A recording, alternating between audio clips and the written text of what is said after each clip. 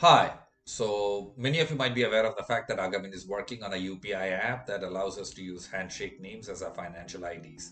However, the same principle is equally applicable for cryptocurrencies and CBDCs as and when they become available. Now, for cryptos, we all know that the identification is usually the wallet address. For CBDCs, we don't really know. They could be wallet addresses, depending on the architecture, or could be some information that is tied to your personal identity, like a phone number, email, or social security number. We don't really know. The details, at least to my knowledge, is not in the public domain. We'll wait and watch. So, with UPI and crypto mostly, one of the primary benefits of using handshake names, again, three comes to my mind. One is privacy. You don't have to let people know your wallet addresses because as you give your public wallet addresses out, and if you're not the kind who uses a different wallet address every time you have a public transaction, which is majority of the world, your wallet address could become public and people could then use that. Not could, they will, because everything on a blockchain is transparent. People could use that to really see pretty much what you're up to.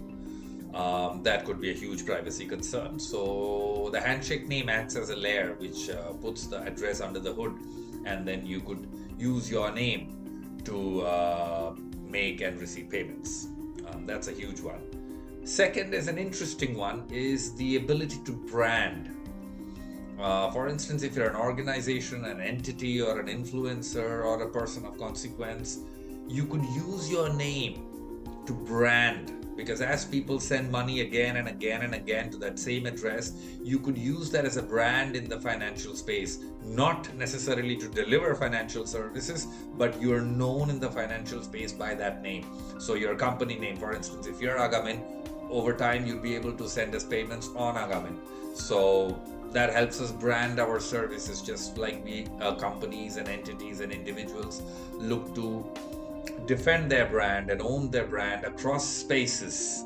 Fintech is also a space, thanks to Handshake. Now, entities and people will be able to own their brand. They will be able to create a unique identity. And considering the fact that Handshake works in all languages, signs, symbols, numbers, and even emojis, the possibilities for creative expression are limitless. And last but not the least is convenience factor.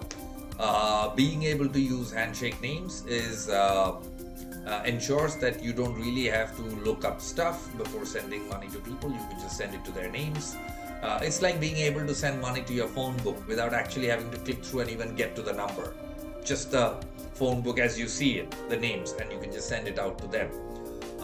So these are the three primary benefits, and while we are working on one that is UPI, it's a protocol that allows fiat transfer in India.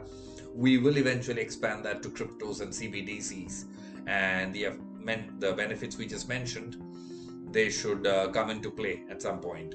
So yes, if there are people out there who are building wallets, people out there if you are building payment services, whether it's in India on UPI or if you're building international fiat transfer wallets, I would strongly urge you to consider incorporating handshake names as a feature, because that will create a whole new dimension to your product, give it a very unique USP, onboard a lot of new people.